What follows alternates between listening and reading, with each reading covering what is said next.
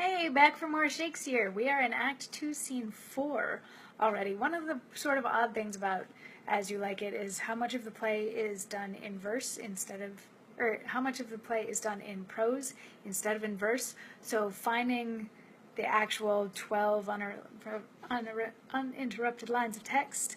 I'm having problems with words today.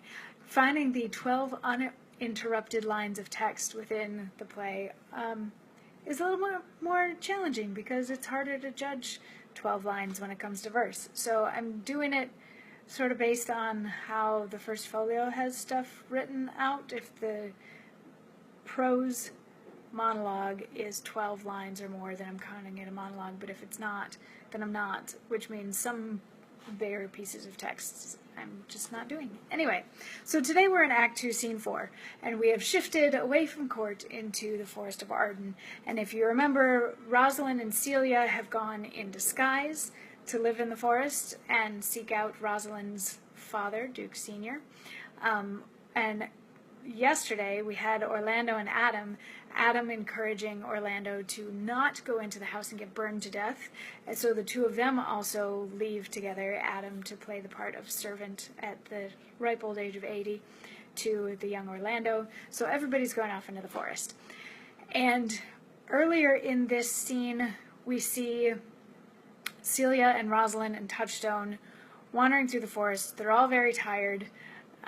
They encounter a poor man who's in love with a woman who doesn't seem to want to give him the time of day, and then that poor man leaves, and Celia's kind of like, hey, somebody go ask that guy over there if maybe he can help us, because I haven't eaten in a long time and I'm really hungry. So that guy's name is Corin. Today we get to hear from Corin after they have approached him, Rosalind and Touchstone, and said, dear kind sir, could we please have some food, because this lady here is just about to die because she's really tired. Not really, but she's really tired and could use some food.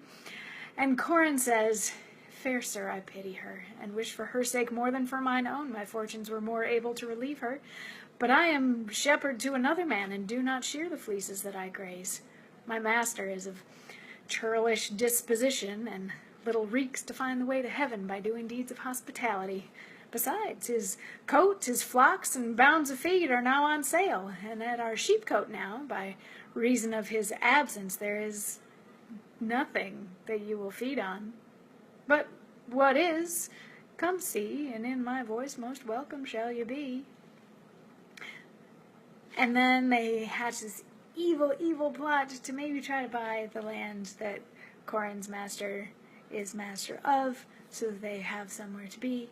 And then tomorrow we'll get to see some of, let's see, what do we have on tomorrow? We're almost getting to like fun romance stuff, but not quite yet. We get to hear from Orlando a little bit tomorrow, as they are also getting lost in the woods. So I will see you then. Mwah.